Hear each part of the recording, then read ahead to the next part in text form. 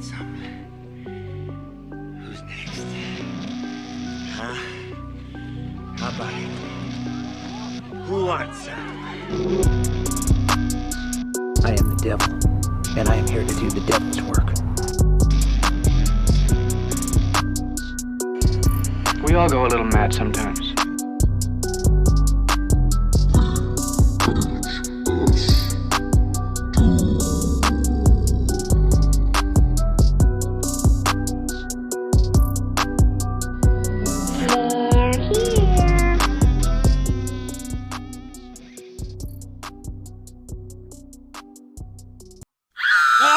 Holy shit. Oh, okay. Shit, damn, I fell asleep. All right. Yes, Ghost Girl. Jesus, I'm awake. Holy shit. Why was she screaming at us? She wanted me to start the show. I didn't do it fast enough. Get out of here, I don't Karen. know. Holy fuck. Jesus, Karen. Who did you even open the door yet? I'm just unlocking. I don't know the how door. they got in again. Again? Do you hear the Oh, chainsaws fuck. outside? Yeah, I do. I thought we were done with pieces, dude.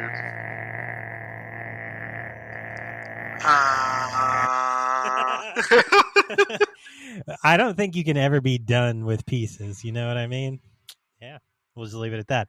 Well, hello, everyone, and welcome back to the very best place that you could be in the entire world, the VHS Doom rental store and lawnmower store. And chainsaw store.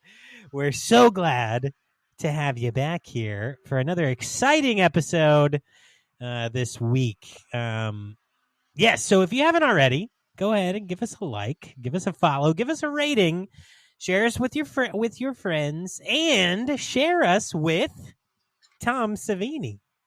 For if you happen to know him, it would be really cool if he heard the show. So, yeah, share us with Tom Savini. I don't know. Maybe tag Tom Savini if you aren't friends with him and be like, hey, at Tom Savini, listen to the VHS Doom podcast because they love you and they talk about you a lot. He's so awesome. Yeah. Also, but most importantly, you should subscribe because this is an awesome place to hang out and an awesome place to be. Mikey, where'd you go? You disappeared. In the void. I'm getting annoyed. Oh, you jumped into the void? Okay, gotcha. All right, cool. Let me know when you get back. Yeah, so friends, if you haven't already, go on and check out our merch store. As you know, every week I pander to you a little bit. So go to vhsdoom.com, scroll all the way to the bottom. You're going to find our merch store. Awesome shirts. We have a lot of really cool shirts. Actually, Mikey got one a couple weeks ago. I got the absurd one. Still waiting on a review from him. I've only texted him and asked him like 6 times, but that's okay because they're really cool. Oh, no. It's okay. What? It's happening. What's happening? It's freezing again. Sorry. Oh my God. I thought you were like getting like, I don't know, fingered in the butt by Scabby or something. What? Oh, no. It's happening again. Holy shit. The chainsaws are everywhere. We definitely want you to go check out that merch store. Pick something up for yourself. Leave us a review. Unlike Mikey, he won't leave me a review. He keeps asking me for one. I just keep forgetting. I'm going to do it. Well, why don't you give us a live review? Is it comfy? Yeah, it's very soft. All right. Nice. It's a soft shirt. Okay. And I like how it's printed on there, too. No, seriously. Boom. It's like really soft fabric. Nice. All right. So that's enough pandering on shirts. But we also have mugs and, other stuff. And I got a bunch of pictures from Troy of him wearing his VHS Doom staff shirt. I got to put up. I put that as our banner on Twitter. Nice. Yeah. So if you follow us on Twitter, go check out the banner. And that's old Troy, the man, wearing his staff shirt. So, yeah. As I've said a lot, all proceeds from our merch sales go to the show.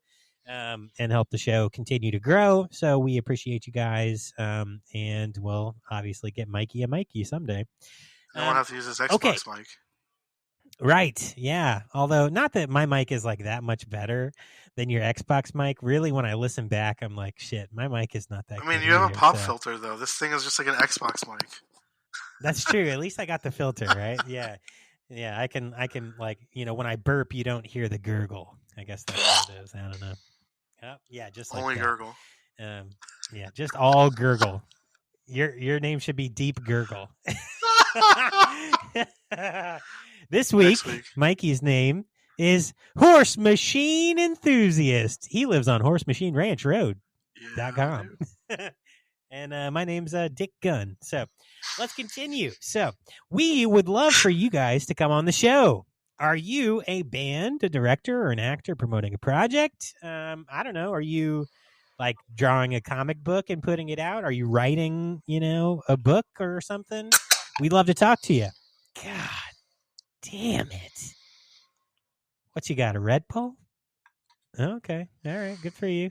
This week, he's really drinking the bull semen. If you guys didn't know, Mikey keeps a 50-gallon drum with a primer pump of bull semen in his garage, and he'll go pump it right into these little cans, and he'll drink it. Because that's what Red Bull is, or so I've been told. Anywho, so we want to talk to you. Episodes ago. Yeah, taurine. Okay, here's the thing. Taurine is not food. The taurine that's in Red Bull is not bull cum. Okay, but back in like 1940 something, when old Adolf H. Hitler was ingesting taurine, that was actual bull semen. It was also I did read too. about that. Yeah, he was definitely a meth head too. Yeah, that one. I think it was from the Olympics. He's like, right. Yeah, he looks super meth. Like tweaking. Yeah. So he was definitely drinking bull cum. Mikey, not so much, unless he really does have a 50-gallon jar. Uh-oh. You okay? Okay. He went into the void again. All right. Anyway, yeah. So as I was saying, we want you guys to come on the show. If you got a project you want to promote, really, we want to be a place that promotes, artists. And we would love for you to be able to talk to our guests. That would be really cool. Shoot us an email, vhsdoom@gmail.com, and we can work it out. We can work it out, burp. We can work it out, burp. This week, you guys are in for a treat. We have an amazing episode in store for you today. This week, we are headed to the infamous Titty Twister and Aztec Temple to hang out with old Tom Savini, otherwise known as Sex Machine Ranch Road and the Gecko Boys. Yeah, so we're really excited about that. Vampire Danny Trejo. Yeah, Vampire Danny Trejo. We got Vampire Selma Hayek. We got, Vampire everybody. She looked more like a snake when her head changed. Yeah. She kind of did look snaky, didn't she? She was supposed to be like the queen of the vampires. She was the best looking vampire that one when they turned, right? I don't know, whatever. Yeah, if you're into vampires. But whatever. But she did kind of look snaky. And Mikey said, yes, I am into vampires. Okay, so before we do that, before we head over to the Titty Twister, let's check in with Mikey. How you been this week, buddy? What's new? Scabby Man attacked me a couple days ago. I've been fighting off the effects. No, I'm just kidding. I had a cold. I was sick for 2 weeks. Oh, damn. I'm Scabby. I mean, that's just like a quick lick from Scabby. Yeah, and you're sick I for a ran couple out weeks. of test strips for COVID, so I don't know if it was actually COVID, but... Oh, shit. Well, you're not working or anything right now, right? No, not right now, but yeah. Yeah, okay. Well, that's good. That's good. At least you're not spreading the love. Other than that, we went trick-or-treating. Sam had a great time. Fuck yeah. He didn't want to wear the mask, though, but he wore his little bone suit. He was a skeleton and had a little bow tie on it. That's cool. We were going to a couple of houses, but then one of the houses had a really big Stay Puft Marshmallow Man and Slimer. And it scared him, so he didn't want to go over there. But up until that part, he had so much fun. That's cool, man. That's really cool. He got a lot of candy. Then the next day, after he ate the candy, he woke up. Then the next couple of days, he's just like, "Where's my candy?" Right? He keeps asking about Halloween. Oh yeah, I know. Ari's been the same way, man, for sure. That's cool. Yeah. Well, so I'll let you talk about what you watched after. Well, let's do it like this. I'll tell you what I did too. So, and then we'll talk movies. But, so we recorded on Halloween last week. So we were prepping to go trick or treating after our episodes. So Ari dressed up as a cat She had like a little tail, and so she wanted me to be a cat too. So my wife painted the whiskers on my face, and I wore these little cat ears. And we went trick or treating for her first trick or treating ever. And she did really well. Like we went to one house. We told her, all right, knock on the door. When they come, you say trick or treat. So they came out and she said, tick-a-teet. And she held up her bucket and they put a couple candies in there, and we walked away and she was like, this is the fucking best thing ever that's ever existed. And so she kept saying like, next house. And we said next house too. That's the funny thing. She kept going and going. And then she was a pro. She'd walk right up, knock, knock, knock. And she'd wait. Chickadee. And then the people who are letting them pick candy. So we live on a cul-de-sac, and like it's right next to another cul-de-sac where you don't get a lot of kids, I guess, during trick-or-treating. So all of our neighbors were handing out like handfuls of candy. So she was super excited about it. Oh my God. We went to this one house. This guy had like music playing. They're all in costumes, and like they had like full candy bars, like an assortment of everything and toys.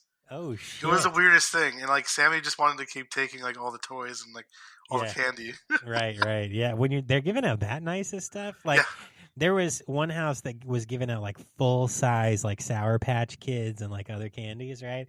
So Sour Patch Kids. Yeah, she takes a full size Sour Patch, she puts it in her bucket, and then we go to the next house and she puts her bucket up, and the guy says, "Damn, who's giving out full size Sour Patches? They're putting us to shame." That was pretty funny. So it was cool. Well, what'd you watch this week?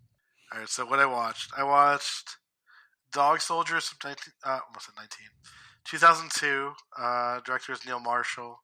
Okay. He's done The Descent. He's directed episodes of Game of Thrones. Yeah. Okay. This is a military werewolf movie, pretty much. Okay. Cool. Like it's a routine military exercise that turns into a nightmare in a Scottish wilderness. That's what it says for the thing. But yeah, it's in the snow and they're running down from like werewolves. Okay, cool. It's really good. I've never seen werewolves. Are creepy looking too. Are they? Yeah. Then I watched the one we did 2 weeks ago, Trick or Treat. It's what me and my wife always watch on Halloween. That's cool. Yeah, I love this movie so much. Yeah, for sure. Ginger Snaps is the next one I watched after that from 2000.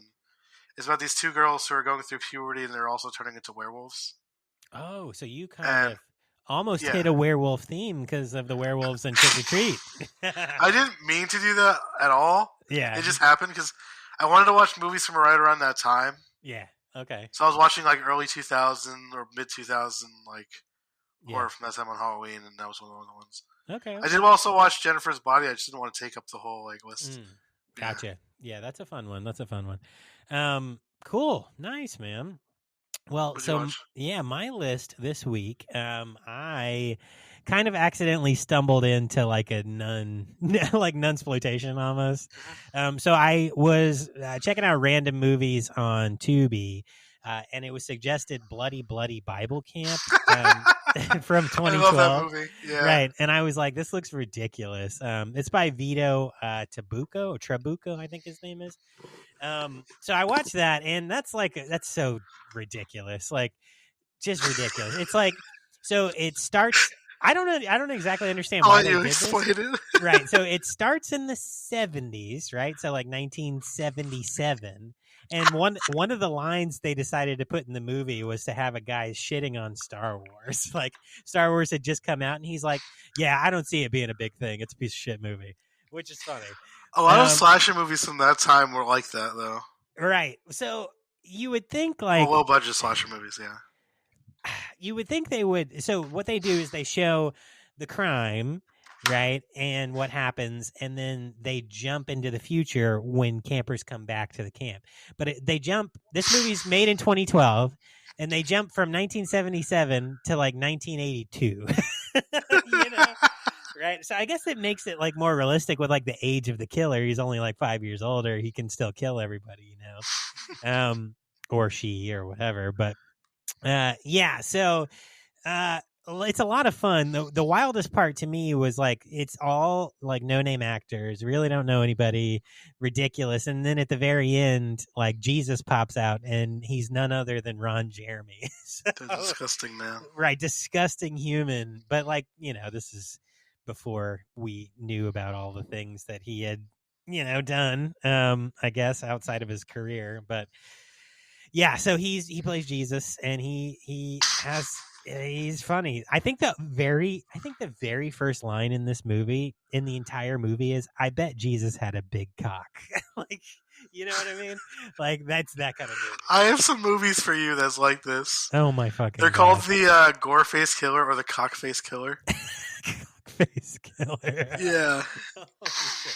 Yeah, so it was sleaze. It was stupid. Remember Die Delta Pi?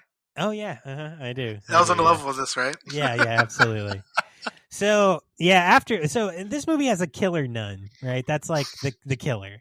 So after that, I was like, you know what? I'm gonna stay in nunsploitation land. And you went literally to one that's called Killer Nun. Yes. So I typed in Killer Nun movies, and what pops up? But Killer Nun from 1979 by Giulio Baruti. This is Stringberg, right? Yeah. So it's Anita Ekberg. I think of a different actress. Hold on. And then it was also it had Lou Castel, Joe D'Alessandro. Completely different actress, but they've been okay. Oh yeah. Yep. They do look similar, don't they? Yeah. So anyway, essentially the film revolves around like a nun who's running like a ward, like a Catholic hospital for the elderly and like mentally, whatever. She is like slowly going crazy, essentially.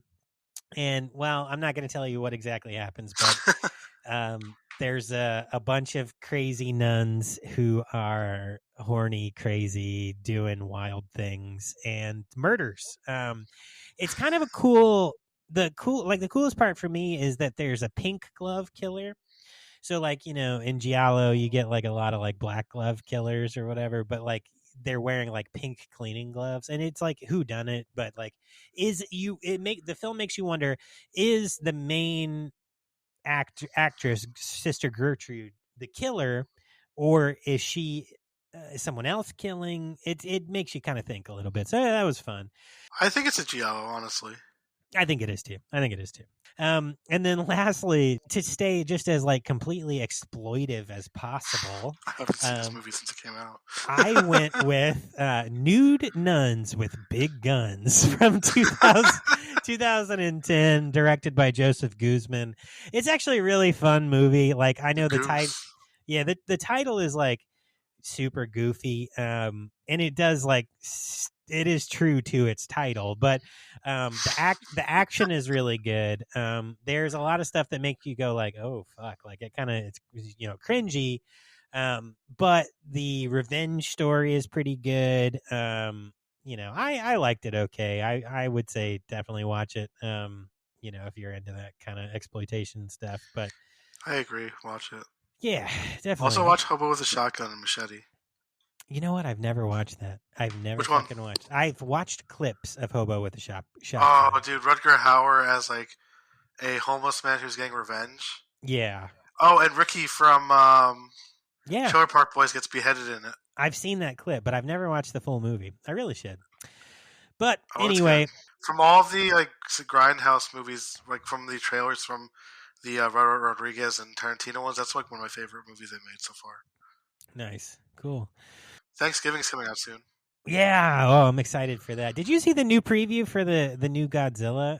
What is it? No, but I saw the one for Terrifier. Oh, did you? I haven't seen that. Well, it was supposed to be shown during a movie, but somebody took a video of it, and it looked like he's like Santa Claus, and he's like putting like things down. I did see. Well, it's coming out on Christmas, right? It is like I think so. No, set for a Christmas release. Is it? I felt like in 2024, it was like Christmas 2024. Let's check it out. We need to tell our folks here. October 25th, 2024. So it's it's not Christmas. It's an October movie. But yeah, I did see a poster with him wearing like a Santa kind of beard or like something around his neck that looked like Santa. So that's neat. Yeah, man. Well, so that's what we watched. Definitely check these out. And, likely we'll be sending you home with a couple of them today. Now, let's go ahead and get you checked back in from last week. It's that time again.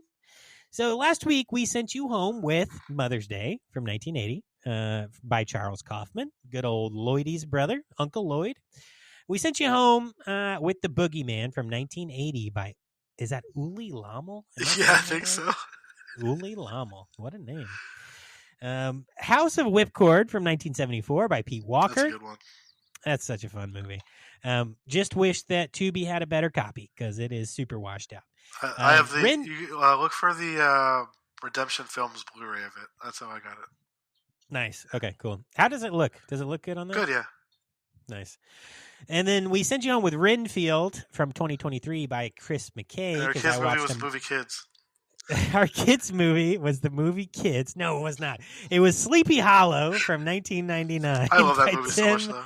Burton. Yes, that is a really fun Halloween movie. I like that one a lot. Or a fun movie to watch on Halloween. But Mikey, how's everything look today, buddy? Okay, so let me open this. We'll see. Call me Snake. What happened? I loved you in Escape from New York. Who are you? Holy shit, it's Kurt Russell. Hey, how you doing, buddy? Why are we talking? He saw Death Proof was on the counter and he punched me and took it. I don't give a fuck. Why did we have Death Proof and bye? Okay, bye, Kurt. Bye. Bullshit. Why did he hit you so hard? Holy shit. I don't feel too good. Yeah, I imagine not. He looked like even though he's older now, he looks like he hits really hard. So there was a I was like 2009-ish Kurt Russell. 2009-ish. So there was a DVD or a Blu-ray of Death Proof. Okay. Oh, look, he's getting in his car. He's driving into the wall. No, cases everywhere. Oh, and look, there he goes. He's leaving. Well, we got a lot to clean up. Okay, so what happened there? What do you mean? What happened there? What? Like, what happened? He hit me with the car. He drove away and punched me. No, I don't understand why he was here. I don't know. What? I'm So you said concussed. I don't know. Stop yelling. he grabbed. So he said that you said that he grabbed a copy of Death Proof off the counter after he hit you and left. Why was there death? There's no Death Proof. We didn't send anybody home with Death Proof. It was just on the counter. Did you steal Kurt's personal hold on. copy of Death Proof? Hey, you, come here. Oh, That was my copy. why, Dude, Hugh, why'd you let me did get punched like that then? I thought it was funny. What the fuck, Hugh? Why are they just so mean? Dude, Hugh, get back in the closet, you dumb piece of shit. Fucking deadite bitch. Get out of here. Oh my God. We can't have anything nice. So obviously Hugh Janus stole Kurt Russell's copy of Death Proof and brought it and put it on the counter. And then when Kurt Russell came in, he thought Mikey stole it. And then Hugh Janus was just laughing in the back, watching Mikey get hit. He was And like then it was all the way in the back. He where we keep the other videos. Holy shit. I mean, Hugh, did you watch? Oh, we threw him in the closet. Never. He just obviously watched Kurt drive through the I store. cut out his tongue and I put one of those electrified collars in his neck right now. So. Oh, good. Yeah. Well, we're going to make him clean all this up and rebuild the wall. Don't worry. His name now is Ralphus. Okay. All right, Ralphus. Yeah. And Master's been a bad boy, so Master needs a little spankety spank. Okay, cool. Well, did the rest of the movies come back okay? I'm so confused. Yeah, I don't know. Yeah, everything's fine. Okay, all right. I mean, those are the only. I just got some blood all over when he punched me and drove his car into me. That's fine. I mean, there's like so many more movies smashed on the ground, so it's like a really bad thing. He was using that car from Death Proof too. That was the wildest part. I know. I didn't know he kept the car after that movie. That's pretty ridiculous. I couldn't hear you saying it. I was screaming. Yeah, he was like losing it. Okay, shit. All right, well, that was fun.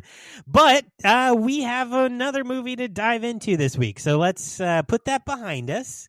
It's a little chilly outside, but we'll put up a tarp while we're like pressing play and you guys are listening to the trailer. We'll fix this up. Don't worry. All right, everybody. Well, step up close. Step up real close. Uncomfortably close. Oh, yeah. I want you so close that you smell the chive and onion burp right off my breath that Scabby burped into my throat earlier. What is happening? This week, we are going to press play on one of my favorite movies of all time. From Robert Rodriguez, written by Quentin Tarantino, and starring just a badass fucking cast. From Dusk Till Dawn. Are you guys ready? You want to press play? You want to press play, bitches? I don't know. Does Mikey want to press play? Is he too like zoned out? Are you still concussed?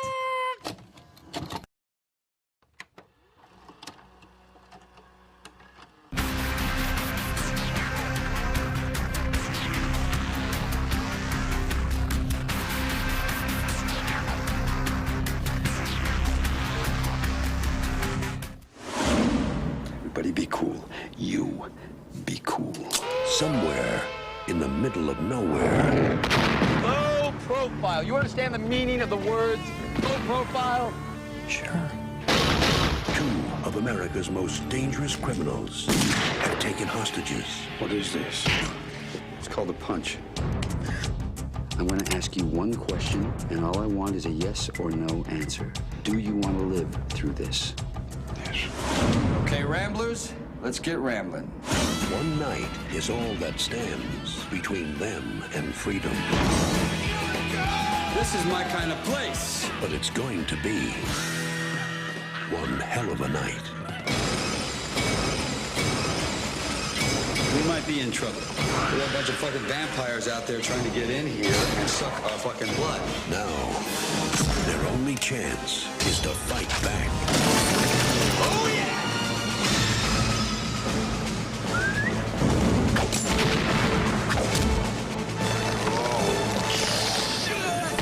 Harvey Keitel, George Clooney, Quentin Tarantino, Juliette Lewis.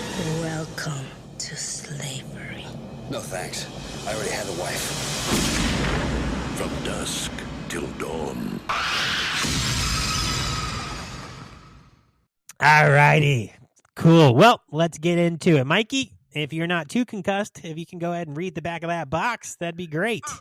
My back is not good. Holy shit. Okay.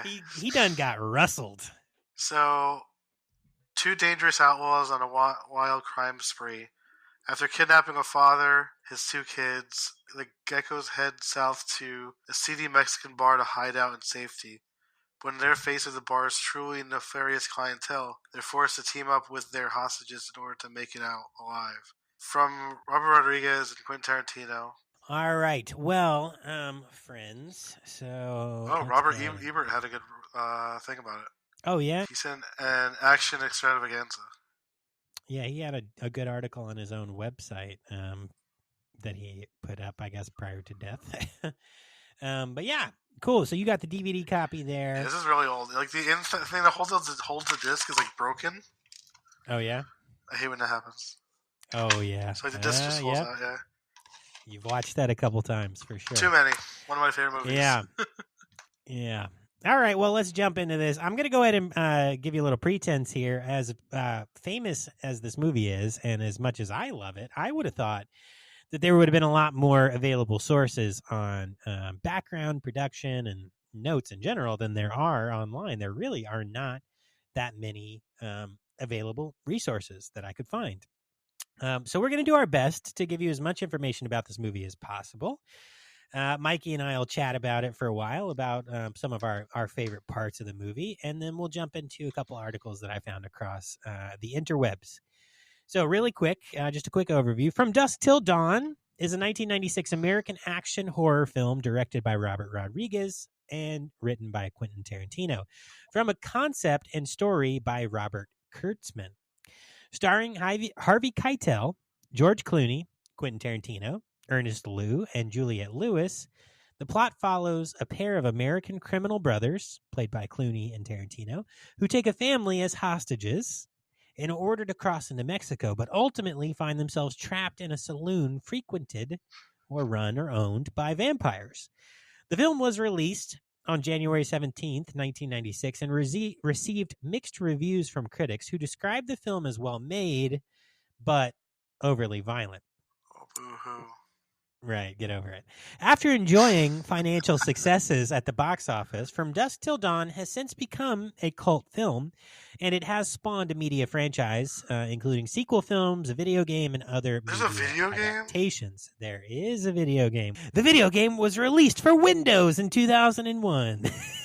So it's a really bad video game. It's based on the events that transpired directly after the end of the film. Interesting. They would do that a lot back then, because there was a Punisher game where it took place after the movie. Really? Yeah. Oh, okay. Nice. Yeah. So, just a couple more individual notes. So, the film was produced by Gianni Nannari and Mir Taper, and the cinematography was by Guillermo Navarro. It was edited by Rodriguez himself, with the music by Grame Ravel. I've never heard of Grame. Graeme? Graeme. Graeme. Creamy.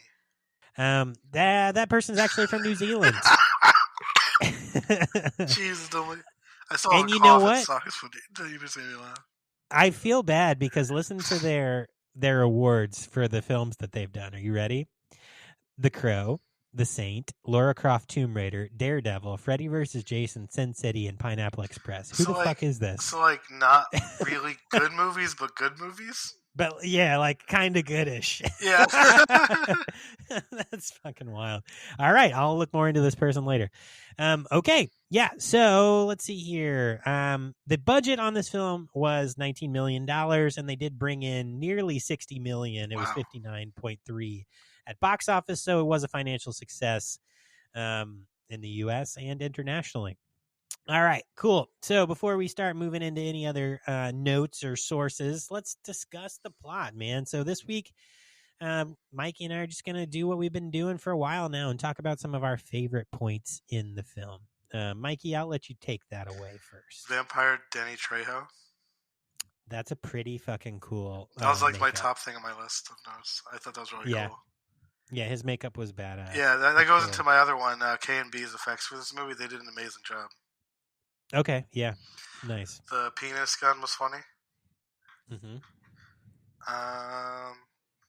That was really funny. Selma Hayek's character is named after a movie called Santanico Pandemonium, which is like a nun movie. Really? I did not know that. Okay, gotcha. Fred Williamson is one of my favorite actors of all time. Nice. He's such a badass. Okay. I loved how it started as a crime movie and it became a vampire movie. Mm-hmm. Yeah. And then, okay, so there's more than 100 people dead in this movie. Wow. Do you think this is the most body count movie? That's a good question. I really would like to know. And I loved how they melted when they got killed. Yeah, that was really cool. The green blood was neat. I actually like that. But I heard that they used the green blood to get past the ratings board anyway. Yeah. Oh, and my last one while you're looking up that. I heard this is called Reservoir Dogs, but with vampires. Oh, holy shit. Okay, this makes sense. The number one spot with 836 deaths is Peter Jackson's Lord of the Rings Return of the King. He killed 836 people. Wowza. Wow. We got a top 10 list. We should really check this out real quick. So, number 1, Lord of the Rings. Number 2, Kingdom of Heaven, Ridley Scott, 2005, 610. 300 by Zack Snyder, 600. Then there's Troy, The Last Samurai, Two Towers. And then there is Grindhouse. Grindhouse by Quentin Tarantino and Robert Rodriguez in 2007 had 310. Planet Terror, yeah. Yeah, the zombie one. Yeah. Mm-hmm. But that's the only horror-ish one up there, I think. Hard Boiled. Did you ever watch Hard Boiled? Yeah, it's a good movie. I have never seen Hard Boiled. That's 307. You know what? They count Titanic. 307 people died. Holy shit. Okay, yeah. And then a whole ship of idiots went down there recently. Fucking God. And got themselves exploded. They Or done imploded. You know what they did? They turned to soup. That's what happens. No, dust. Not even. Well, yeah, but I mean, your liquid's there. The fishies eat it like a little, like a drink. Anyway, all right. So yeah, mine. My first note: the conversation about the mentally challenged between the Texas Ranger and the gas station clerk is fucking wild. They use terms like mongoloid, retard, and burden to I think that's a bear. racist term too. Definitely is. Quentin Tarantino wrote all that, so I'm just repeating it. And that was all fucked up was where I was going with that whole note. That is a ridiculous conversation. And honestly, it doesn't make me feel bad for the Texas Ranger getting killed. I think Quentin Tarantino does a good job of writing things in a way where you're like, okay, they need to die. You know what I mean? And you don't feel sorry for them later. At all. So the hole in Tarantino's hand when he gets his hand shot through by the gas station clerk and he holds it up and he looks through it, that's pretty cool. I did like that. I like that too.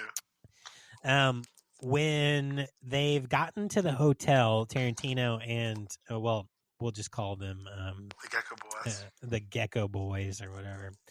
But when they get to the hotel and Clooney leaves and he is going to stake out the border, and he leaves Tarantino with that poor bank teller. When Clooney gets back and he walks in that bedroom, that is such an unbelievably like powerful scene where you can see like he realizes his brother is sick in the head. You know what I mean?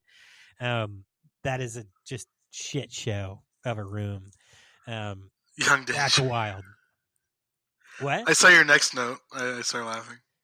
Oh yeah. So later on, it's wild to me to see like how young Danny Trejo was in this film.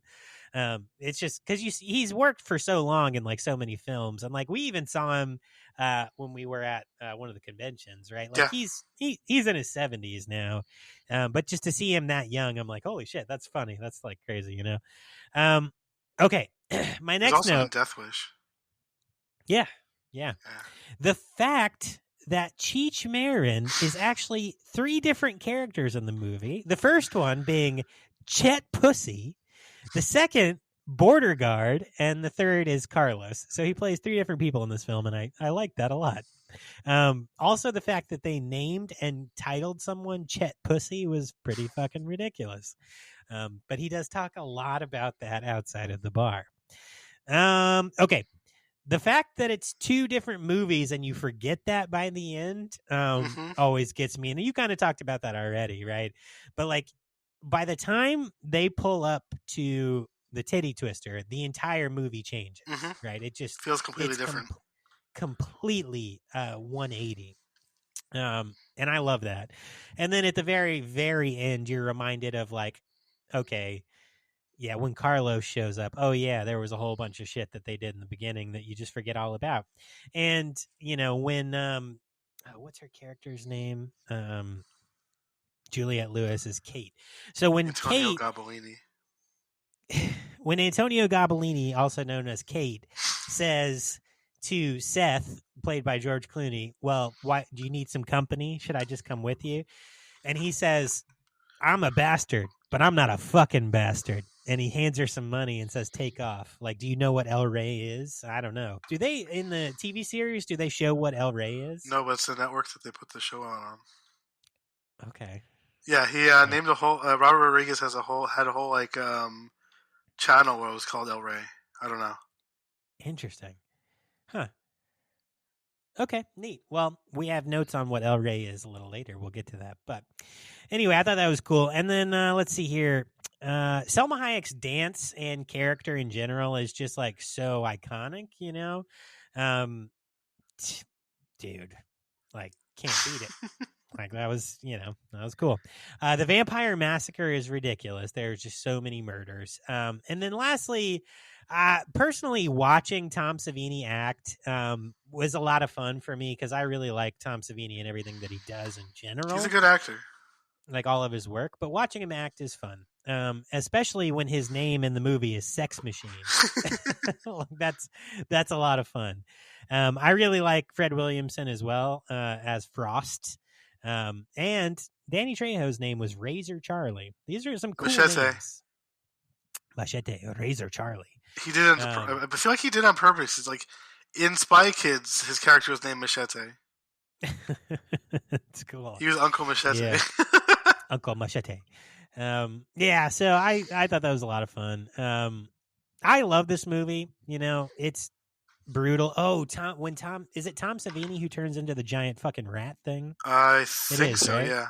Yeah, I think it is. That's pretty fucking cool. That's a cool effects monster. I liked when the vampire jumped over the bar and it mutated, or like when Fred Williamson gets killed. Yeah. Yeah. Mm-hmm. He's a pretty cool looking vampire too, honestly. Quentin Tarantino's character's vampire was the weirdest. It made his forehead even bigger. He made himself have a giant fucking head, which was funny. And then for a second they showed him as like a regular guy. I love you, with Quentin. teeth. Don't hate me. Yeah, I love Tarantino. He's one of my favorite directors. Sorry again, Mr. Tarantino, for putting in your awful dialogue in that spaghetti western. It's not that bad. So anyway, yeah. Well, I mean, you shine bright like a diamond, burn up like a vampire. Yeah. So those are my notes. You weren't supposed to find that out. It was pretty cool. I'm a pretty vampire. Cool stuff. Are you? Oh yeah. Why are you on fire? Holy shit.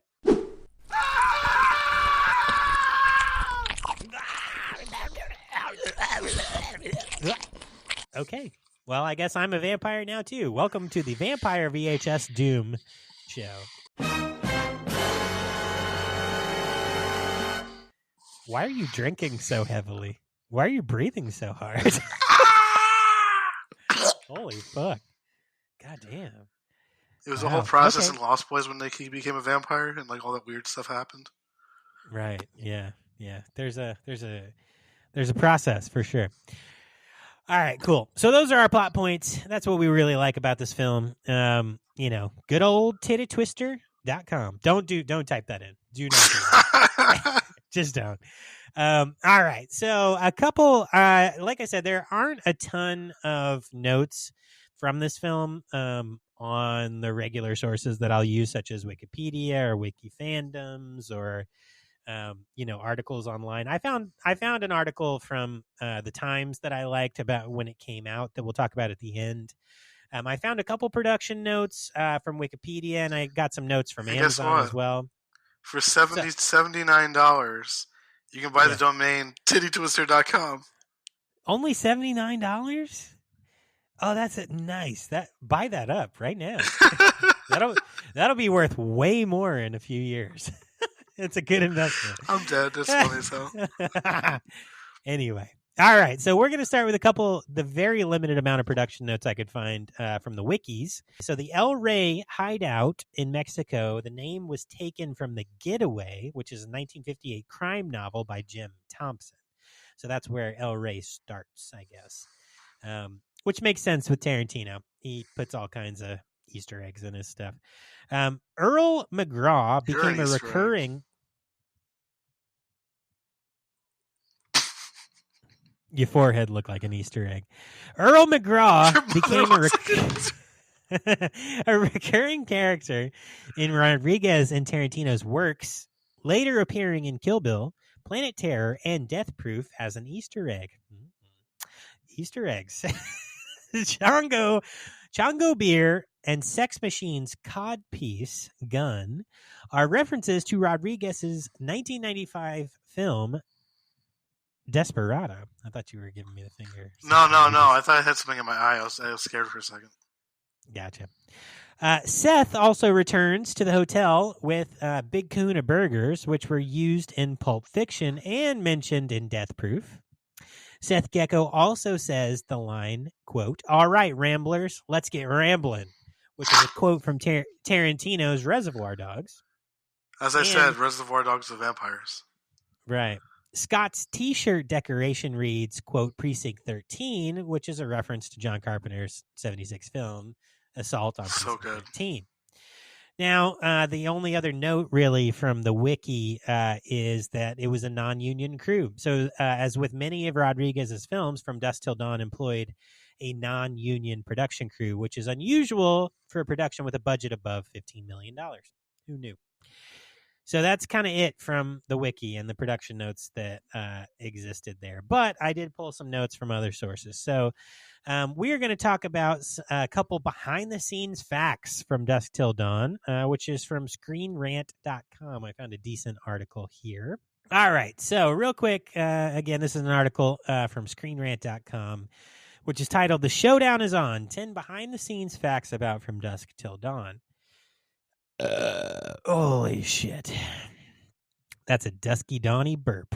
From Pulp Fiction to Inglourious Bastards, Quentin Tarantino's best-known movies are the ones that he's directed, but he's also written movies that he didn't direct, like True Romance and Natural Born Killers. So good. Yep. And he's played roles in movies that he didn't direct, although not many, since other directors aren't as forgiving of his limited acting talents as he is. Takashi Miike loved him. Well, yeah. I mean, what better way to sell a movie than to get Tarantino in it, right? And your spaghetti western in Tokyo.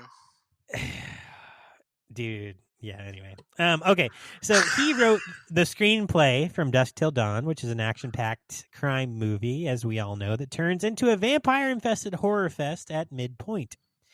And he starred alongside George Clooney. But Tarantino did not direct it. Instead, his close friend, Robert Rodriguez, did.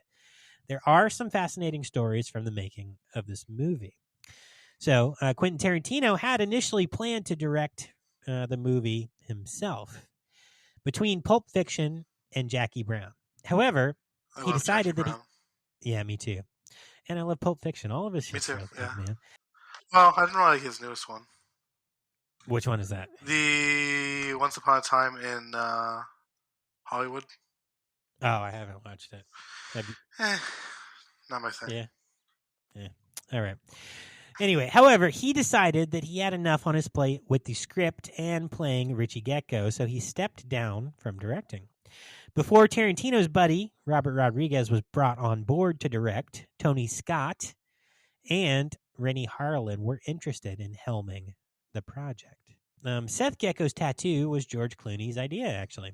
So George Clooney's role in From Dusk Till Dawn, which he was paid $250,000 for, which is just a fraction of what he makes in anything he does today, is what made him a movie star, I guess. He played a cold-blooded murderer, which was wildly against type as he was known for playing a doctor on ER. It was Clooney's own idea for Seth Gecko to have a tattoo inspired by Once Were Warriors. Since this was Clooney's first starring role, he didn't receive top billing, despite obviously being the main character. Instead, top billing went to Harvey Keitel, who was a bigger star in the 90s than Clooney. I got bit. I thought you were... What, did you bite yourself? No, the vampires are the us. I thought you were already a vampire, and now I'm one too. You already bit me. I'm a mega vampire now. You're a mega vampire now?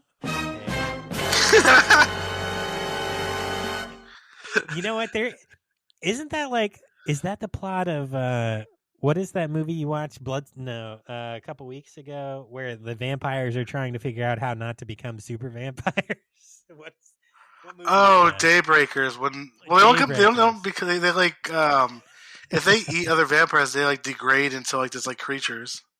Right, yeah. So they're like trying to figure out how to stay alive because they're running out of human blood to drink. Yeah. Right. Yeah. Anyway. Whatever. That's what's happening. It's a decent movie. I don't know. Yeah, Mikey is trying not to become a super vampire because he's already a vampire. Mega vampire. Okay.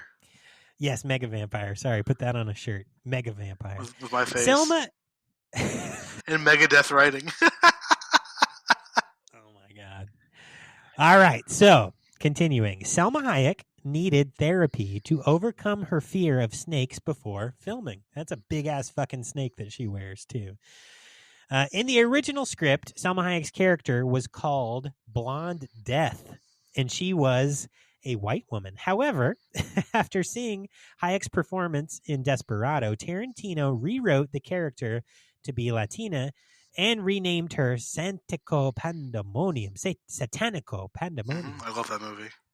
which was inspired by the 1975 Mexican film of the same name. Yes, sir. He did that all just so Hayek could play that character. Mm-hmm. Very cool. The role did require Hayek to have an albino Burmese python around her neck, but the actor had a terrible phobia of snakes. She had to spend 2 months with a therapist in order to overcome this fear before filming. Wow. Production was delayed by fire damage, dust storms, and the threat of a strike. Oh, interesting. I wonder if they had a union, it wouldn't have done that. Right? Yeah. Robert. The production from Dusk Till Dawn was set back by various unfortunate delays. The exterior set of the strip club burned down and had to be rebuilt. Plus, there were dust storms at the filming location, and the film's use of the non-union crew did lead to threats of a strike. So next, Quentin Tarantino unwittingly gave himself very little dialogue. Tarantino's writing style is marked by his heavy use of dialogue, with the articulate, pontificating characters going on wild tangents in conversation. That's me, as a person. Yeah, right. That's you. Based on especially interviews, when I text people. It's okay. Based on interviews he's given, the director himself is insanely verbose, as everyone knows who's listened to him talk.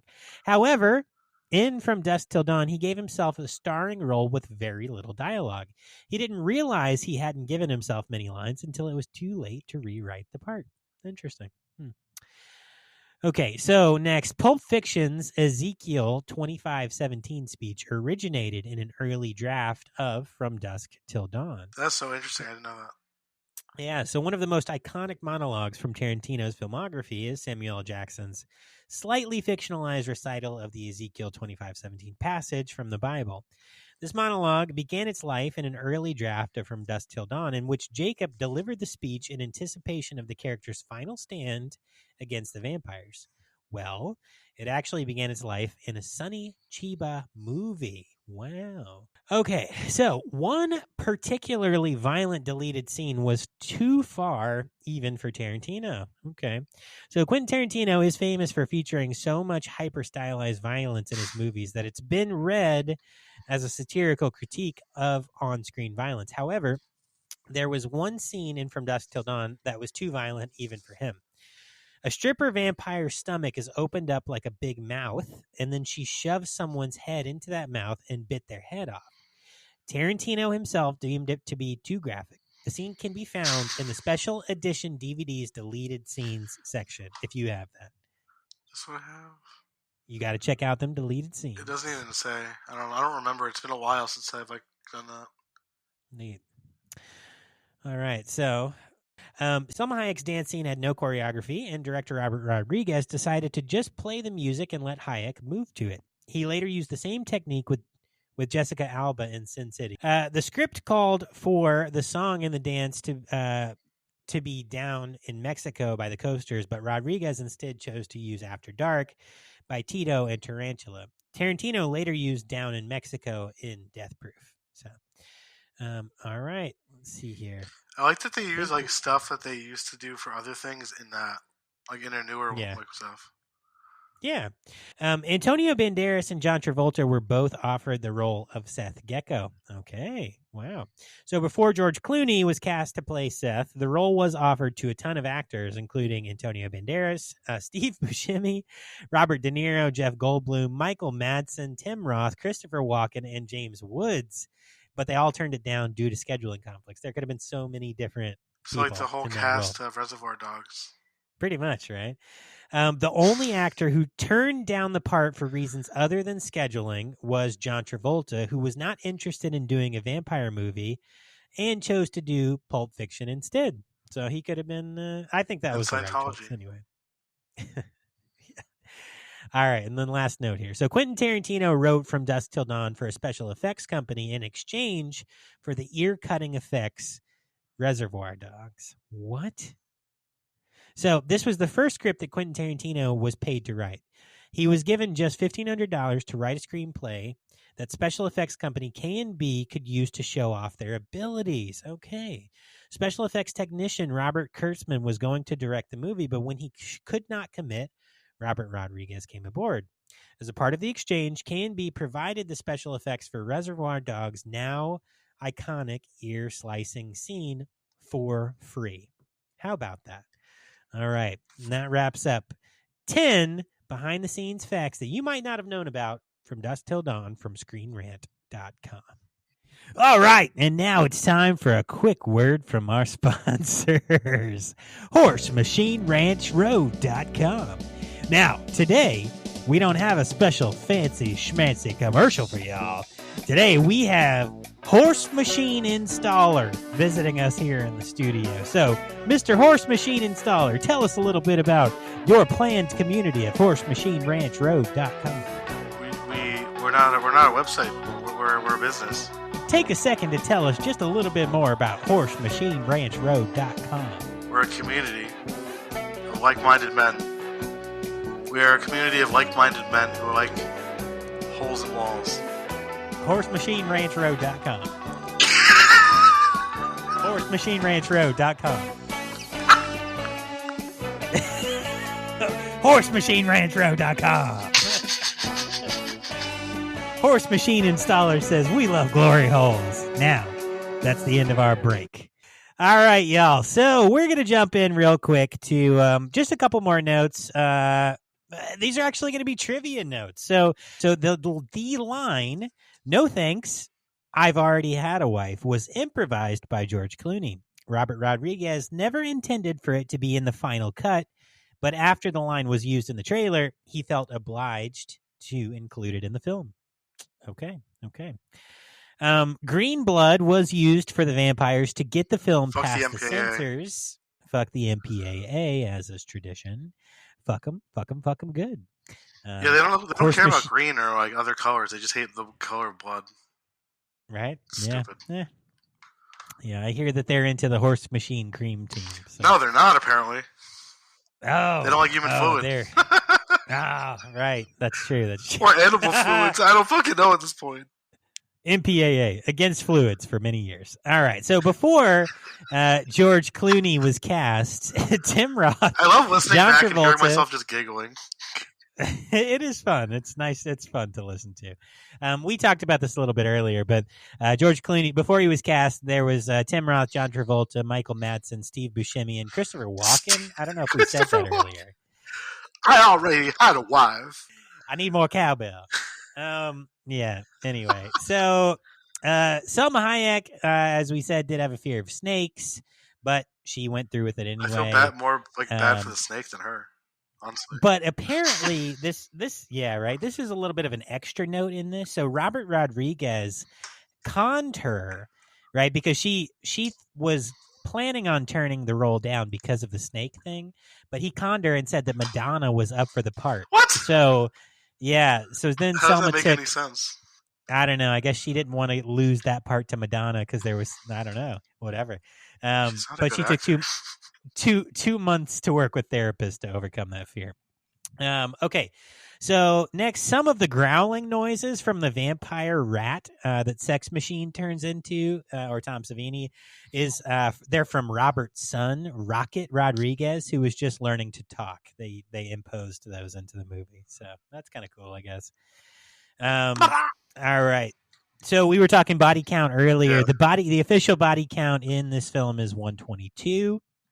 The makeup effects team of K&B each make a cameo appearance in this film. Greg Nicotero appears as the long-haired biker that Sex Machine steals a beer from. Walking Dead man. And Howard Berger appears as the trucker vampire that bites. Now, he's the one from K&B who directed Wishmaster, right?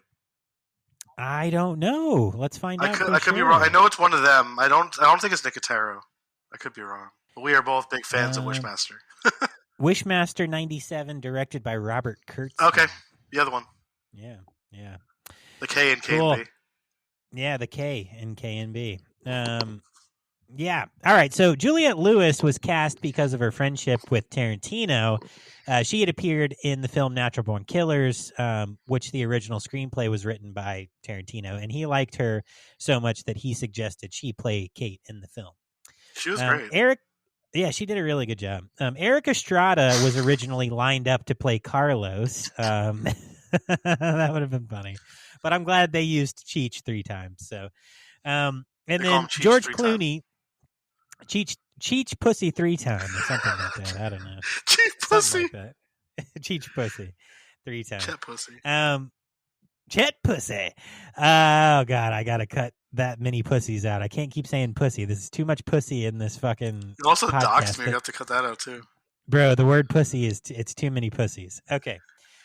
All right. So George Clooney was picked partly because of his role in ER. And Tarantino liked the irony that George went from playing a guy saving lives to one who sends people to the ER. That's kind of cool, I guess. And then last note here, trivia notes from the fandom wiki of Dusk Till Dawn, from Dusk Till Dawn. If you look closely, Cheech Marin's customs agent character name badge reads Oscar Marin, which is his real life father's name. So he used his father's name there. Which is not a great way to honor your dad because he literally was staring at that girl on the toilet for a long time. You know what I mean? Kind of being a creep. Whatever.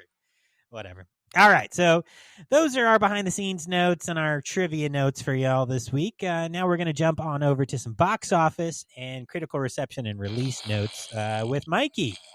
Okay. Box office. From Dusk Till Dawn had its world. Unbelievably thirsty. That's what I was thinking for too. Blood. Oh.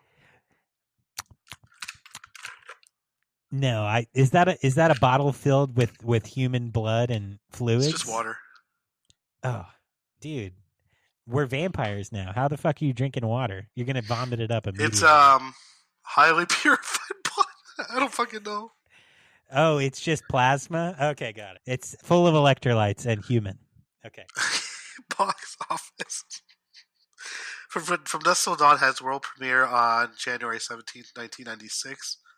On its first week, the film grossed $10,240,800 in the United States, making it the highest grossing film of the week. Yeah, but that was in 1996, so today's dollars, that's about $87 billion. No, it's 5 cents. Oh, fuck. I don't know. Okay, 5 cents. Okay. It's nothing now. Inflation, yeah. man. Yeah. Okay, where was I? Okay. Yeah, From Dusk Till Dawn grossed $25,836,616, another devil number, in the United States, and $33,500,000 international for worldwide gross of $59,336,616. These figures are to the dollar. Yeah. I wonder who's calculating these. That's pretty good. The demons. The demons spawn. We should ask Alfie, but he's dead. I thought I saw him flying around outside for a little while. I used the shotgun again. Oh, sure you did. Okay. On May 1st, 1996, the film was banned in Ireland. Irish Film Fest. Nice. Irish Film Censor Board head Seamus Smith cited it. Donkey! The most Irish name, right? Old Seamus Smith said it's not okay. It's irresponsible and totally gratuitous violence, which he felt was untimely in the wake of then the Blaine and Port Arthur massacre. Oh, okay. So it came out right after... In Australia. A mass shooting. On January 27, 2004, video release was passed with an 18 certification. Oh, wow. Okay, so in Ireland, it was banned. So that's good press. That's good publicity for this. And then it wasn't available until 2004, so nearly a decade later. I think The Exorcist was like that in England, or I might be thinking of the Texas Chainsaw. A lot of them we've talked about, honestly. Yeah. Well, shit, like Cannibal Holocaust. Like, holy fuck. Well, that's sort of understandable, I think, but not really. I think Is it's it? not right to cut up a movie like that, though. Yeah, I don't think it's right on any level, really. No, I Personally, don't. any media that you're banning that's like But then again, artwork. these people never watched the movies, so. Yeah, right. Yeah, it's about hype. It's a lot about hype. So now we're going to move on from the box office notes into Mikey's IMDb Harambe Man or Woman reviews. Angry Harambe or Happy Harambe in Heaven. All right, so I'm going to go with... That was right in my ear and so loud. Jesus fucking Christ. Be ready for the gun then, brother. Wait, why isn't it giving me a filter I can... Oh, there we go. Sorry.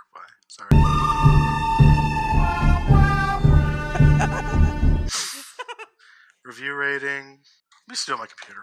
Sorry. IMDb on your phone is fucking useless. Yes, it is. Yeah, that's true. There we go. Alright, so 1 star. I always like to start with the negative ones first. All right, we're going to start with the Angry Harambe Man. Okay, so I remember when I first saw this movie, the first hour was awesome, amazing. I was interested, involved, and wanted more. Then everyone turned into vampires and it became an entire different movie.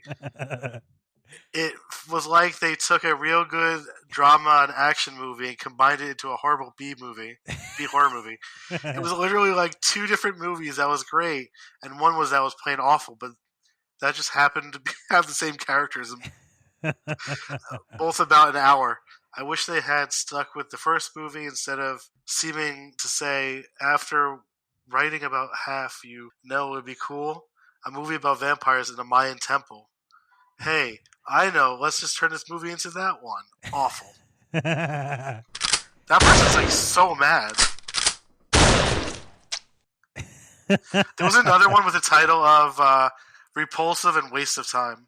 Oh, nice. Okay, great. Well, I'll just go ahead and... All right, okay, so this one's like the top one for like the 10-star ones. Okay, cool. All right. Robert Rodriguez's from Dusk Till Dawn combines violence, Cheech Marin, vampires, and some funny humor from the cast in a big collective film.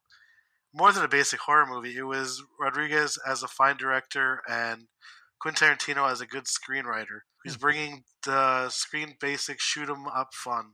Not all of this for the people not out there, but for thrill-seeking teens, it's worth a glance. Okay, well, thank you. Thank you for that review, sir. And and one more for good measure. And, do I see... What is that? Oh, shit. I broke the window again. You broke the door again. God damn it. They're going to come in now. Who? The bats? Those things we've been dealing with. Oh, fucking shit. God damn it. It was like amalgamations of a human and a bat. Oh, fuck. That's from the worst. Daybreakers from 2009. Daybreakers. Yeah, super vampires. Right.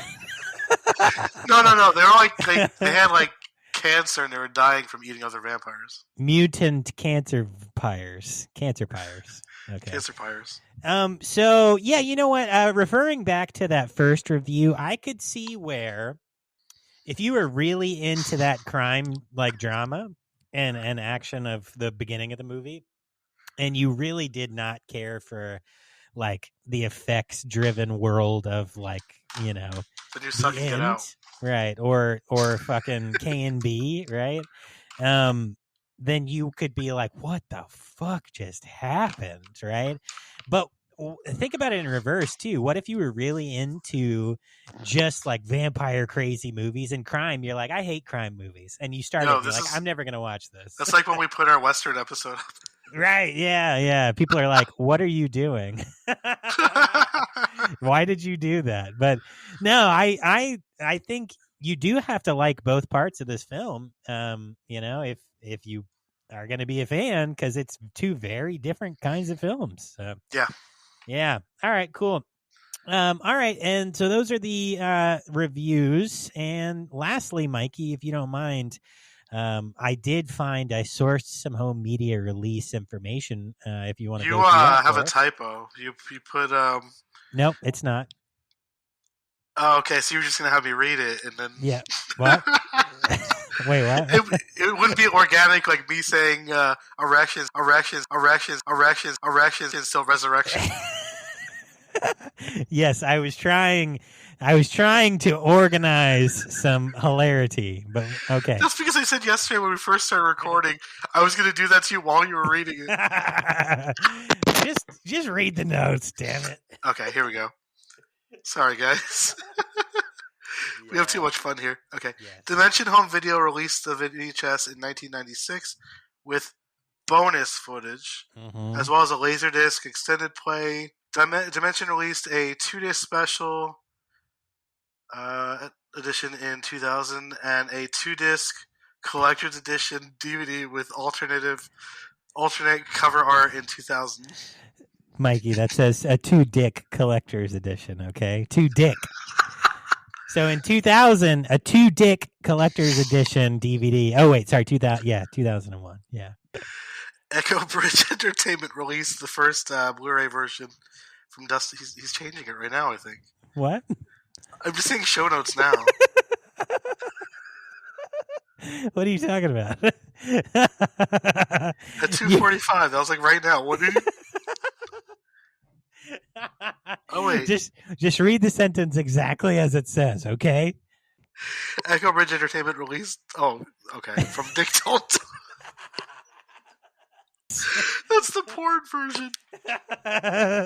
Paramount Home Entertainment released the Dusk Till Dawn trilogy Blu-ray on February 1st, 2021. As of July 19th, 2023, the Mid-Level Media channel on YouTube reported that there has still been no word about a 4K version that has been announced to be released in October 2021, then suddenly pulled from production.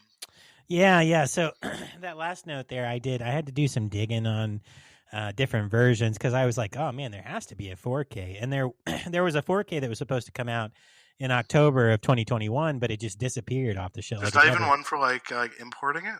No, yeah, I found crazy. Like maybe there was like one Steelbook edition maybe that was put out or something, but it didn't actually happen.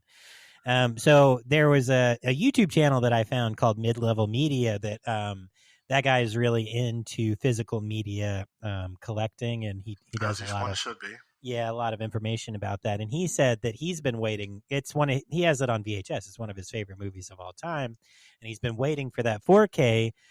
Since October of 2021, but 2 years later, they still have not said anything. They just never put tomorrow. It out. What? I'm just kidding. Oh my God. You heard it here, folks. That is today's false fact. Why the fuck you lying? Why you always lying?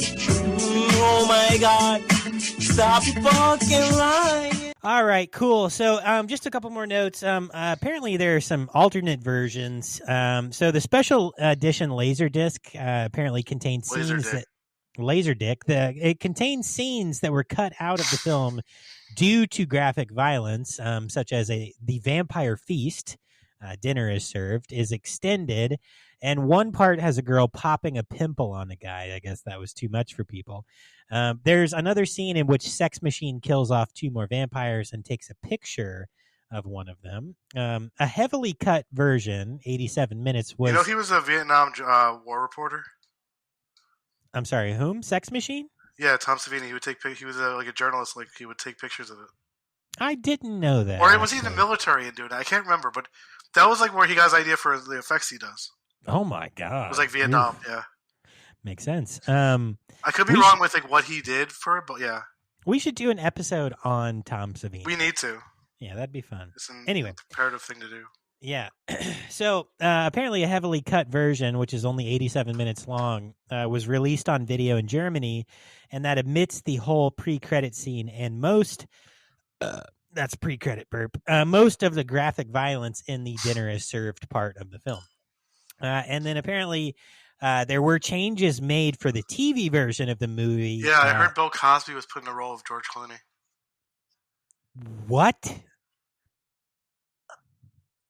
Stop fucking lying. Stop fucking around. We don't talk about Cosby on the show. Oh, God. Oh, sorry. God. I'm sorry. I mean, I'll yeah, mute it's now. okay. Yeah, goodbye. So changes were made for the TV version. Actually, notably, the Titty Twister was changed to the Kitty Twister in dialogue and on the sign, and the violence has been cut from when the strippers turn into vampires and when Seth beats up the door greeter. They took that away as well. So, Lame. yeah, I don't think I'd visit the Kitty Twister. They better give it back. That seems even worse, though. Like, do you want to get a kitty twist? Do you want to go to a place called Kitty Twister? It sounds like something like pedophile-y. It does. It sounds like real weird. Anyway, It's like a Jeffrey Epstein place. Fucking Christ! You just mentioned fucking Bill Cosby and Jeffrey Epstein within 3 minutes on our podcast, Mikey. You are in timeout. Go, stand in the corner. Hugh, you're coming out. Come here, buddy. Oh, we cut. I thought we cut his tongue out or something. Yeah, dude. He's like over here and his like Hey, mouth you. is sewn shut. You keep it down. He can't talk right now. All right. Well, You want I'm me just to take the stitching off? No, it's fine. I can't deal with this. I can't. It's too much. Okay. All right, friends. So here's what we're going to do. We are going to finish this up with one real quick final mention of an article. I'm going to quote an article from the New York Times that was written at the time of release of From Dusk Till Dawn, which I thought was a nice way to end this episode. So again, We should also give our rating of it. we can definitely talk more about what we think at the end and what our ratings are, our overall opinions. I think that's a good thing to do. We used to do But that. yeah, we used to do that back in the day. But, you know, depending on the movie, sometimes there are just too many things to talk about. Luckily for this one, we got a little time, so we'll do that. All right, so let's get this article done here. So, quote from the New York Times, a bit of history. Mr. Tarantino originally wrote this screenplay while still a video clerk, having been commissioned At for the VHS job Tomb. by at VHS Tomb. If you didn't know, Tarantino used to work here. I think he was the one who fed that child into the rewinder. I think he was. Remember No, that when? was me. I did that. No, that was a long time ago. That was in the 80s. Like you were a little was there. child. What? I wasn't born in the 80s, though. Right, I know, that's what I'm saying. So 1991. I think when Pamela was haunting the store, and I'm also going to give my social security card now. I think when Pamela Voorhees worked here, Quentin Tarantino also worked here. You know what I mean? I don't know. Anyway, whatever. All right. So, should we recall Pamela's lines? We should probably bring those back real quick. Do you want to remember? Does everyone need to remember what Pamela said about the time when she worked here? Okay, here, I'll play them for you. Steve should never have opened this place again. There's been too much trouble here. Did you know that a young boy Was shredded. the year before those two others were killed? The Video store attendants weren't paying any attention. They were making love while that young boy... was killed in the rewinding machine. His name was Jason. I was working the day that it happened.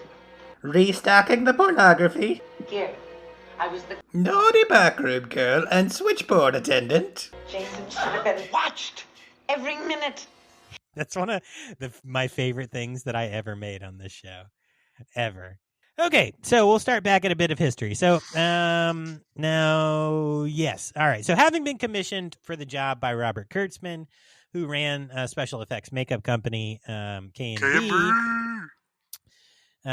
Yes. So, as that suggests, visual tricks are a lot of the finished film's raison d'etre, but they're tricks that narrow its audience to viewers who enjoy watching flesh melt. Robert Rodriguez demonstrates his talents more cleverly than ever. He's a visually inventive, quick-witted, and fabulous editor, while still hampering himself with sophomoric material. The latter part of From Dusk Till Dawn is so relentless that it's as if a spigot has been turned on and then broken. Though some of the tricks are entertainingly staged, the film loses its clever edge when its action heats up so gruesomely and exploitively that there's no time for talk. Yeah, okay. To Mr. Rodriguez's credit, he does include such nonverbal witticisms as a nasty rock and roll version of Mary Had a Little Lamb and groin level automatic weapons that will have to be seen to be believed. Penis. Dick Gun 3, the peening. That's Dylan's name right now. Oh my God. Why do you say things in threes? Like, are you trying to bring out the penis monster? Like, what the fuck? I didn't say it in 3. You did. No, you did. You said penis. Like, last week you were like family, and then fucking Peter Griffin showed up and haunted us. Like, stop doing that. It's the Kool-Aid man that bursts through, but it's just a penis. Mikey just holds a mirror, and sometimes he says things into it 3 times, like broccoli, and then I was trying to test out my mic when I said penis. Okay, sure. I was. We're having issues. Yeah, we have been, yeah. Okay, so continuing, wandering through the lurid free for all, that reduces this promising film to cult horror status are Selma Hayek, dancing with a huge white snake, Fred Williamson, at one point, holding a dripping heart in his hand, which was badass, Cheech Marin, playing 3 roles, at least 2 more than necessary, and a lot of the minor players from Desperado, and the horror director and makeup expert Tom Savini, who played a character named Sex Machine. There are more notable walk-ons and minor touches here, but audiences will need the stamina to look. Mr. Keitel deserves special mention for playing a dull, quiet pastor with an unassuming skill. The character may take a back seat to the flashier geckos, but Mr. Keitel is not easily upstaged. From Dusk Till Dawn is rated R. Under 17 requires accompanying parent or adult guardian. It is violent, gory, sexist, and exploitive in ways that, for all its facetiousness, are real. And damn right it is. So I don't know if I should say fuck you or yeah. I don't know. Anyway, what do you think? Yeah, what'd you do? Nothing. People are screaming and people are running. I don't know. There's vampires attacking. It's a fucking lie. He said nothing. There's vampires coming. Yeah, you're a vampire. No, I'm not. Yes, you are. I've been sleeping for a couple days. I don't know what you're talking about. As of yesterday, you attacked me and bit me in the neck, and I also am now a vampire.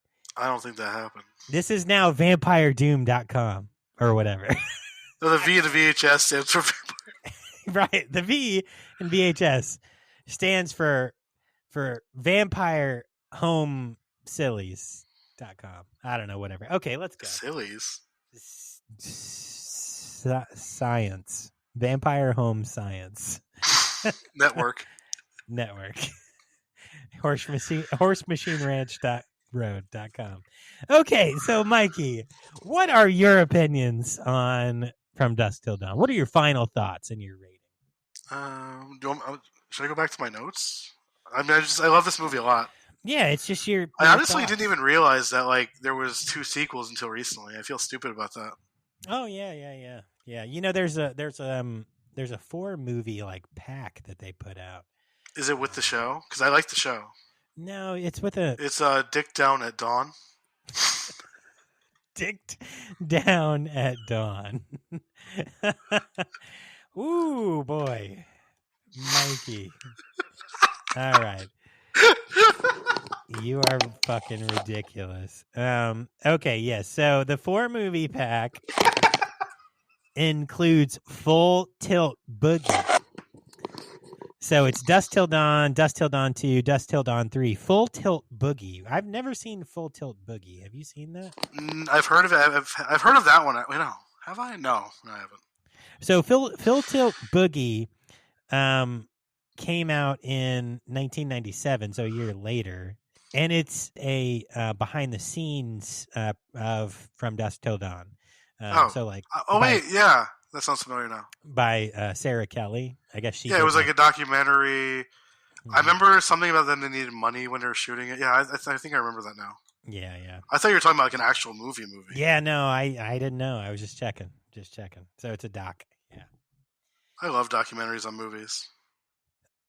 That's how I know so much shit. Continue, motherfucker. Oh, no. I was just saying, I really love this movie. It's one of my favorites. I really love the TV show. I like Tarantino's writing in this movie. He was also really disgusting in this movie. It made you hate him more. Yeah. Yeah. Yeah. And Vampire Danny Trejo. Vampire Danny Trejo. There you go. Cool, man. What do you give it? What's your rating? I would say an 8 out of 10.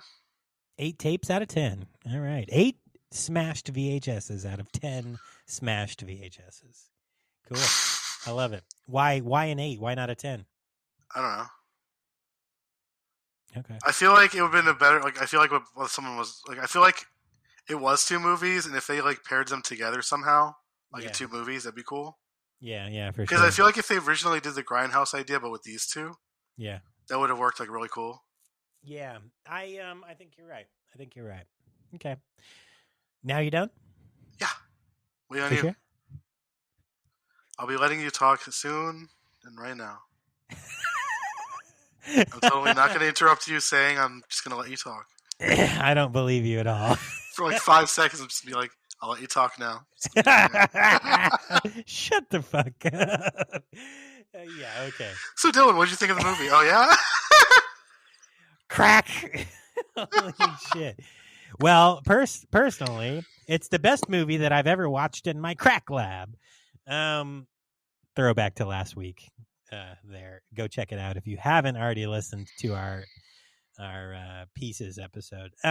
So I would say I'm a huge fan of Quentin Tarantino in general. I know there are probably a lot of people that get annoyed by Tarantino films because his writing style is so similar in so many of his films that you get an epic amount of dialogue that all sounds like Quentin Tarantino talking in an interview. And most of his movies are like homages to different genres he loves. Right, because he's a cinephile, right? Yeah.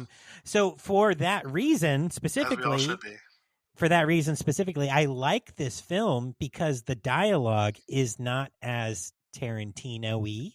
I love Tarantino films and I love the Tarantino dialogue, but I feel like he did a different kind of film with less of his intense dialogue that he would typically write. So I like that. I like that bit.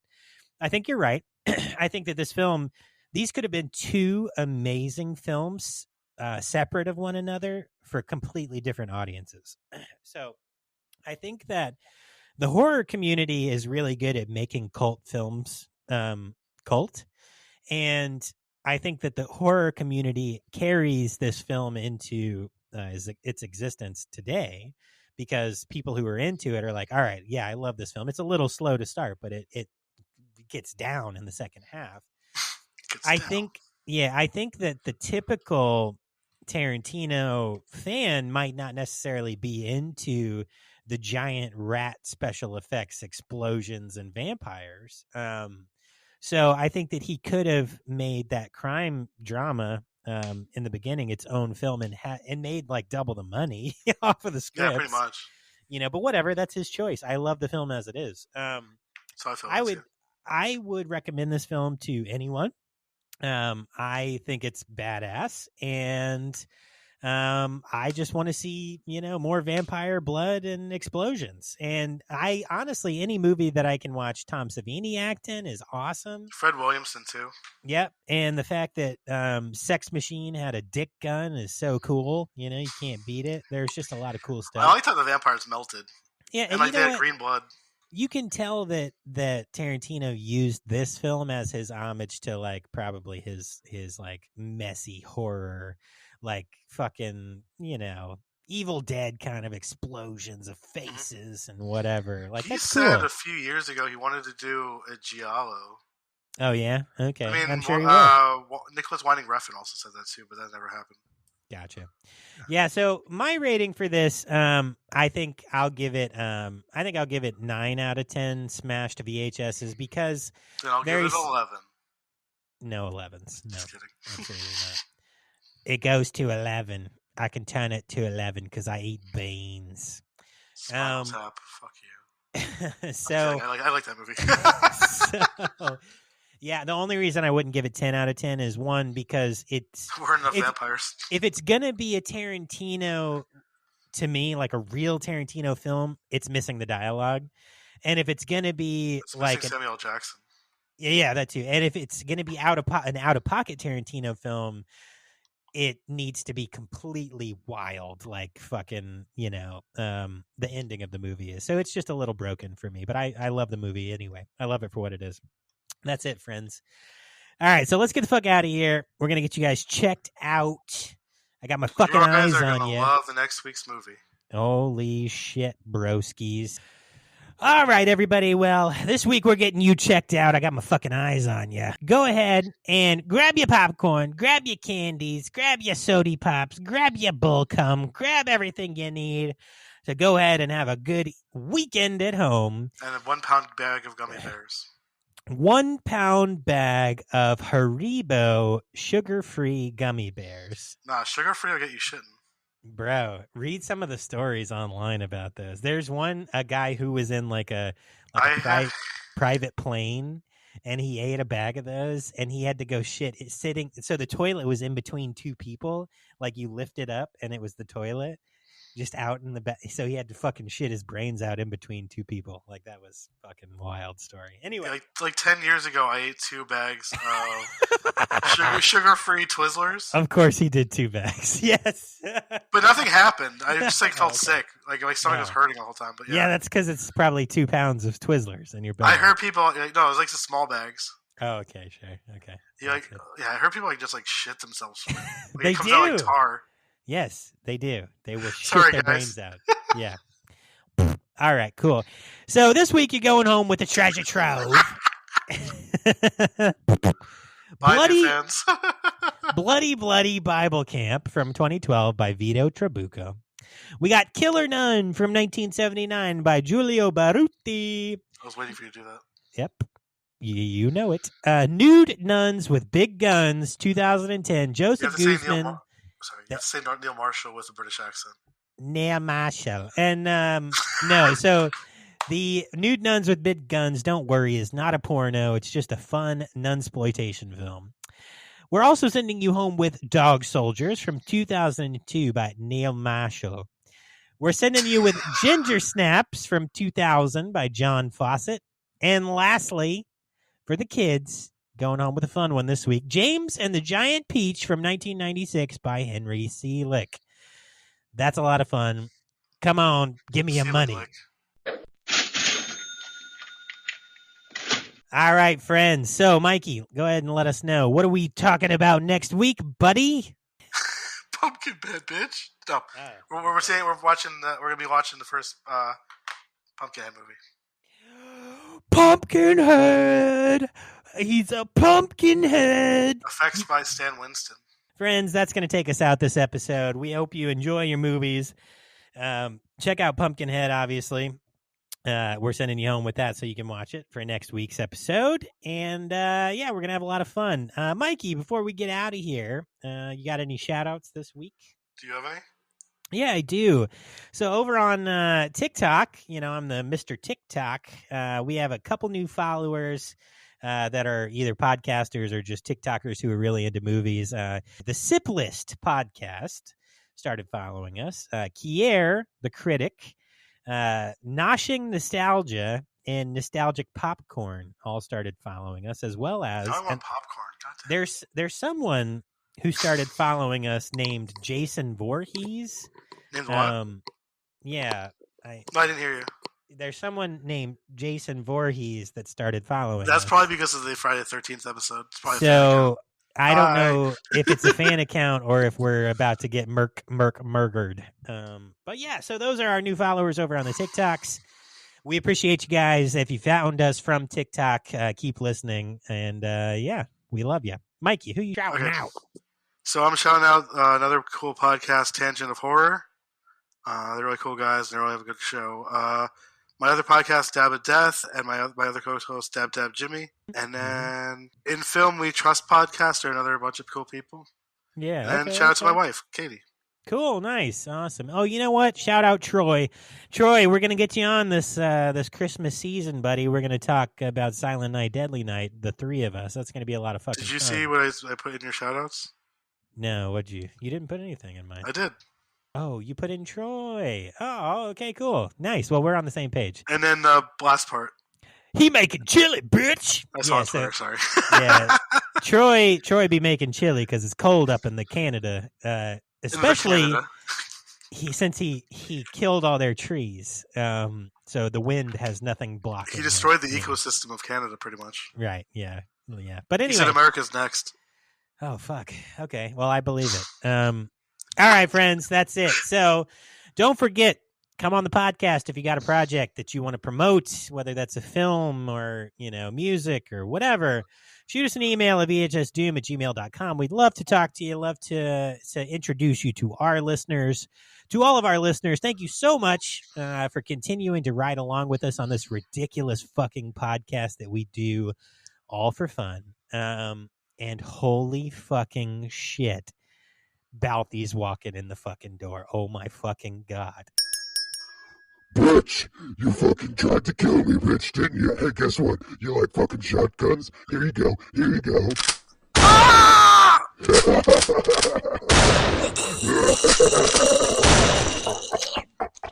top half of my head is missing. Why, Balthy, why'd you fucking shoot the door? He shot me out the window. Oh my God. You're so dead. Oh my God. There's parts everywhere. I'm missing everything. Mikey, I fucking told you. You don't want to fuck with me, bitch. Who's gonna revive you this time? It was me. I did it myself. There's no Scabby here. Oh, fuck you. Fuck you, you little bitches. God damn it. All right, well, friends, get the fuck out of here. Me, motherfucker. This is an unbelievably dangerous environment right now. Everyone go home. Everyone go home. You need real HR. Help. Yeah, Mikey's dead. He's dead. Okay. Rest in peace, Mike. I found this guy's phone. Is he okay? Why are you still talking? You're dead. Shut up. No, I'm not Mikey. I found his phone. What? Is he okay? You're not Mikey. You sound just like Mikey. I'm his brother. Ekim. Ekim? See you next week. All right. Bye, guys. He just peaced. Peace, everybody. Goodbye.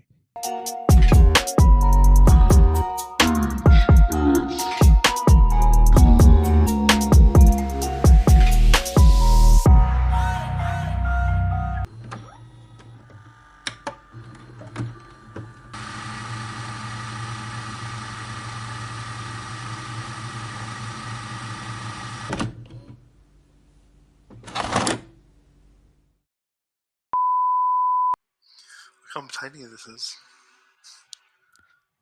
The tiniest kind of cock I've ever seen.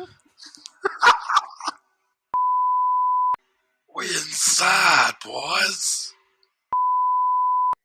I have to cut all of this out. An octopus just eating someone's face. Oh my fucking God. No, the face is gone. Yeah, it's what's under the face now. It's just brain. Yeah. This is the end of the episode in the credits. And good night. I'm going to go eat a steak now. Fucking Christ, you would. All right, what else you got?